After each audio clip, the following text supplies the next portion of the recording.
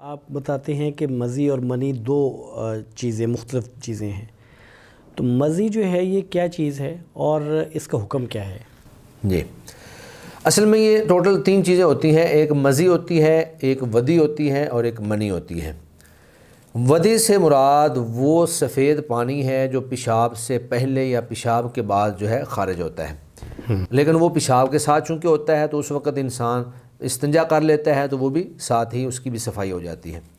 باقی جو مزی ہے، مزی سے وہ لیس دار مادہ ہے جو دفق یعنی ٹپک کر نہیں نکلتا، اچھل کر نہیں نکلتا۔ آپ اپنے ذہن کے اندر بیوی کے ساتھ بوس و کنار کر رہے ہیں یا ذہن میں وہ خیالات لا رہے ہیں تو یہ مادہ اس وقت جو ہے مباشرت سے پہلے یا مباشرت کی سوچ کے وقت یا اس طرح کی چیزیں آپ کے ذہن میں جب چل رہی ہوں تو یہ مادہ اس وقت نکلتا ہے۔ ٹھیک ہے۔ ایک ہے منی۔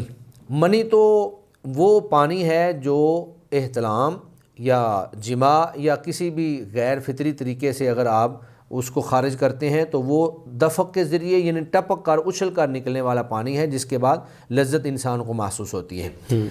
تو ان تینوں کا الگ الگ حکم ہے۔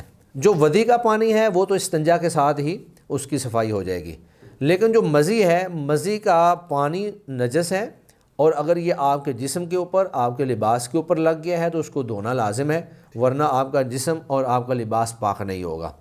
لیکن مزی کے پانی سے آپ کے اوپر غسل واجب نہیں ہوتا ہے۔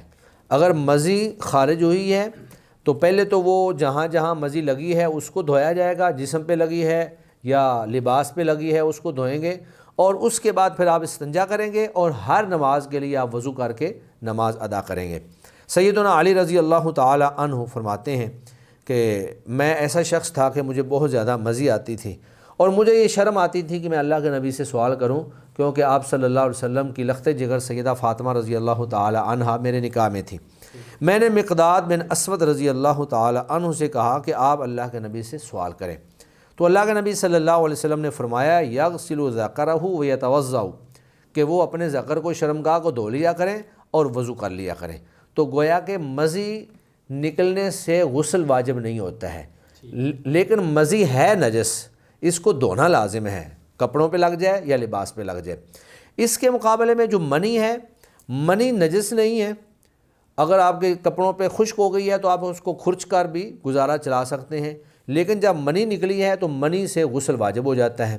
جب تک آپ غسل نہیں کرتے ہیں آپ پاک نہیں ہو سکتے، آپ نماز نہیں ادا کر سکتے، آپ کے لیے غسل کرنا واجب ہے۔ ٹھیک ہے۔